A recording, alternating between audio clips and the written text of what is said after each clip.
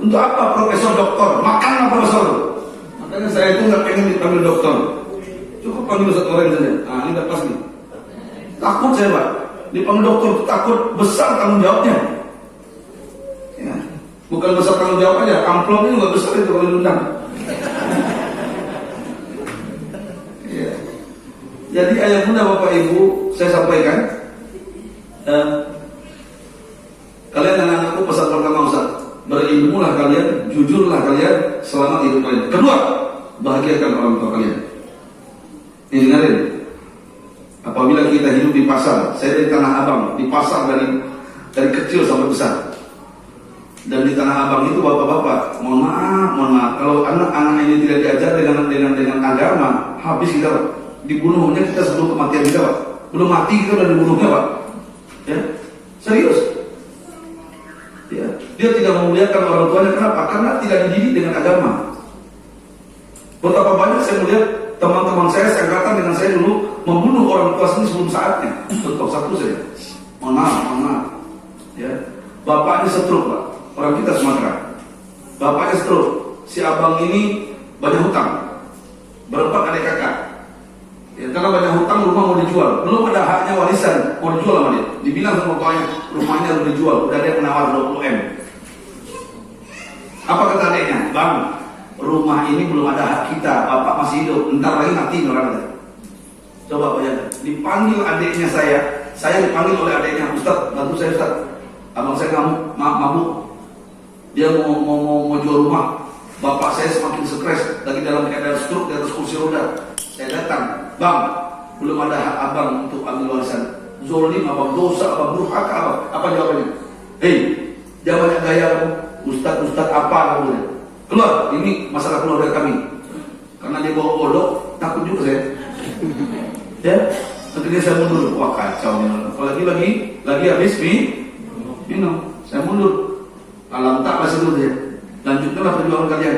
Singkat cerita Pak, 3 hari 4 hari, belum seminggu Pak, mati bapaknya Pak.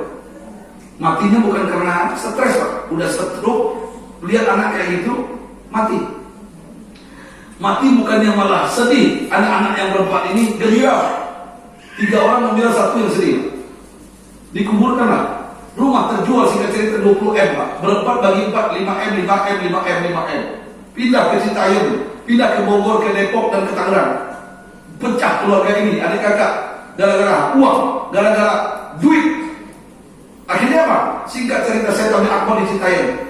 Habis ceramah di atas panggung di lapangan, muhasabah saya ajak jemaah menangis semuanya. Turun dari mimbar, berlarilah seorang laki-laki Pak. Dipeluknya saya, dipeluknya meraung menangis di sini saya.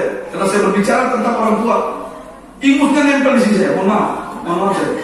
Di sini nempel, saya diam aja. Wah kacau ya Rasulullah. Dia menangis, saya lihat wajahnya. Kaget saya. Ternyata abangnya yang dulu bawa golok Pak. Pindah ke Citayam. Saya bilang, pindah ke sini Bang. Iya Ustaz. Sedih saya dengar ceramah Ustaz. Pasti rumah abang besar. Pasti rumahnya besar, ada kolam renang. Saya bilang sama sopir saya, pulang, bawa mobil, saya mau tidur di rumah dia nih. Besok pagi saya pulang, saya mau berenang di rumahnya sampai subuh di kolam renangnya. Apa jawabannya? Boro-boro saya punya rumah Ustaz. Saya ngontrak. Uang 5 M mana? Dibawa kabur sama bini saya. Dia lari sama berondong. Saya nggak bercanda ini. Saya serius cerita ini. Ternyata harta yang direbut bukan haknya tadi. Tidak membawa bekas, hancur. Kenapa?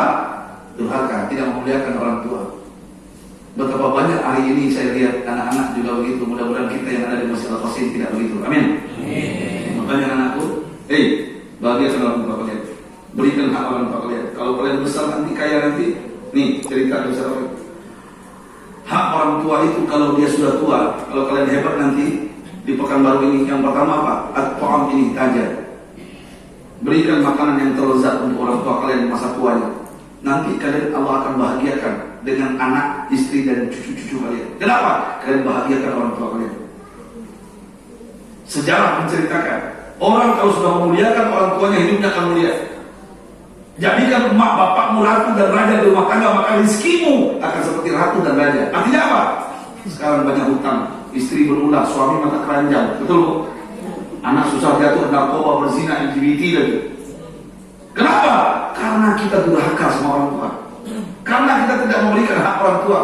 Allah marah, Allah murka. Ini keramat pak. Saya barusan khutbah Jumat di Masjid Pantai Raja, Masjid Al-Nizam di pinggir jalan. Saya terkesima dapat ilmu dari owner yang punya ini. Apa katanya? Ustaz, kalau mak saya suruh pulang ke Medan, saya langsung pulang. Jadi di Pantai Raja itu di pinggir jalan sawit pak, itu punya dia semua. Ada masjid besar, itu punya dia. Dan dia bercerita pak, tahu nggak Ustaz kenapa saya kaya? Padahal dulu saya di pesantren Badung, nakal, bajingan. Kata dia, tiap bulan botak kepala saya karena Badung. Sekarang saya berkah. Kenapa? Apapun kata ibu saya ikuti. Tuh, dengarin. Makanya dia kaya pak.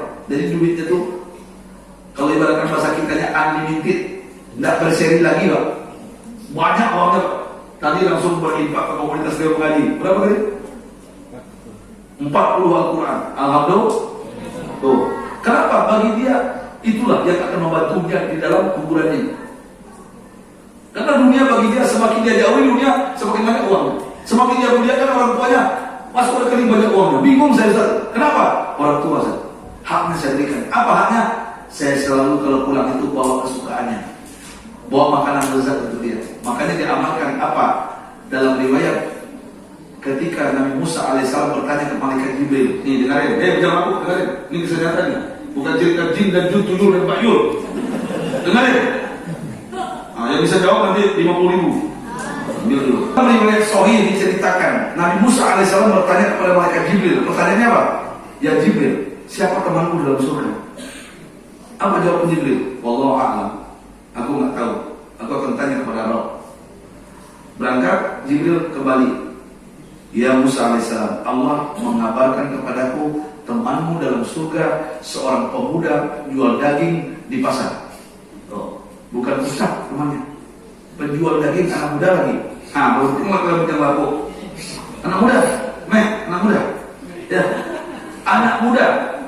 Temanmu dalam surga kata Jibril, Allah memberikan kabar penjual daging anak muda namanya Fulan bin Fulan, ciri wajahnya begini, ada telalatnya di sini. Contoh karena saya telalat. Ya. Datangi dia temanmu dalam surga. Penasaran Nabi Musa, kenapa nggak ulama? Kenapa nggak orang soleh? Kenapa penjual daging anak muda lagi? Penasaran Nabi Musa pergi ke pasar. Sampai di pasar Kodim, ini contohnya. Ya. Masuk ke los daging, penjual daging, dia tengok ciri wajahnya, dia tanya namamu Fulan bin Fulan, iya tuan. Kenapa tuan? Oh, kamu jual daging sini? Iya tuan. Ini kenapa digantung dagingnya? Oh, ini daging unta paling lezat, daging domba paling lezat yang digantung buat emakku. Dengarkan. Yang di bawah ini ku jual, yang ku gantung ini buat emak. Allah, dipisahkan. Singkat cerita, dagingnya habis, dia mau pulang, bawa dagingnya digantung. Nabi Musa mengatakan kepadanya, boleh aku ikut ke rumahmu anak muda? Kaget anak muda ini, silakan tuan. Tapi rumahku beralaskan tanah pasir, tidak ada barang-barang, aku orang sederhana. Ikut Nabi Musa di belakang. Sampai di rumah dia buka pintu, ibunya lagi duduk di atas kursi roda yang tua. Kalau bahasa kita hari ini, sudah pulang nak, sudah mak, ini daging lezat, siang ini kita makan bersama, aku akan masak buat engkau makan siang. Allahu Akbar. Akhirnya apa? Tuan, silakan duduk di samping aku mau masak, kata anak muda ini. Masak anak muda ini habis jual daging di pasar. Setelah masak, aromanya semerbak lezat, tercium oleh Nabi Musa dan emaknya. Allah apakah pakai Royco Ajinomoto? Nggak tahu kita. Yang jelas harum, enak, lezat. Akhirnya apa? Setelah itu anak muda ini masukkan ke dalam nampan, kalau bahasa kita piring, dibawa ke emaknya. Mak, sudah masak. Emaknya tersenyum. Kita makan siang, disuapi emaknya makan. Bismillah, senyum emaknya, disuapi lagi. Nabi Musa alaihissalam melihat sinetron ini, terkagum dan terheran-heran. Disuapi makan emaknya. Selesai makan, apa yang dilakukan oleh seorang ibu ini? Wahai tuan-tuan, apa yang dilakukan oleh seorang ibu ini setelah disuapi makan oleh anak kandungnya? Diangkat tangannya, bermohon kepada Allah, ya Allah, anakku setiap hari menyuapi aku makan. Pagi tadi menyuapi aku makan, siang ini menyuapi aku makan, nanti malam pasti lebih lezat dari makanannya. Allahumma ja'al ibni jadi semusa fil jannah. Ya Allah, jadikan anakku ini temannya Nabi Musa dalam surga. Kaget Nabi Musa. Terkejut Nabi Musa berbisik di telinga anak muda ini. Ini doa ibumu. Iya Tuhan. Kenapa Tuhan? Setiap habis suami makan dia angkat tangan, dia berdoa, Allahumma ja'al ibni jadi mustafil jannah. Ya Allah, jadikan anakku ini yang menyuapi aku makan hari-hari temannya Nabi Musa dalam surga. Apa kata Nabi Musa? Kamu kenal aku enggak? Enggak Tuhan. Kamu enggak kenal aku? Enggak Tuhan. Akulah Musa alaihissalam. Ibunya terbelalak matanya, melihat ke samping. Ternyata seorang Rasulullah Nabi Allah Musa alaihissalam datang ke rumahnya. Air matanya bercucuran, bukan kesedihan tapi bahagia. Kenapa? Dia mendapatkan surga sebelum surga yang sebenarnya. Ya Allah ya Rabb, seorang Nabi datang ke rumah kami. Ya Allah, doaku wahai anakku ini akan berteman dengan engkau dalam surga. Wahai Rasulullah, wahai Nabi Allah Musa. Apa kata Nabi Musa? Doamu diijabah wahai ibu. Jibril menyampaikan kepadaku, anakmu temanku dalam surga.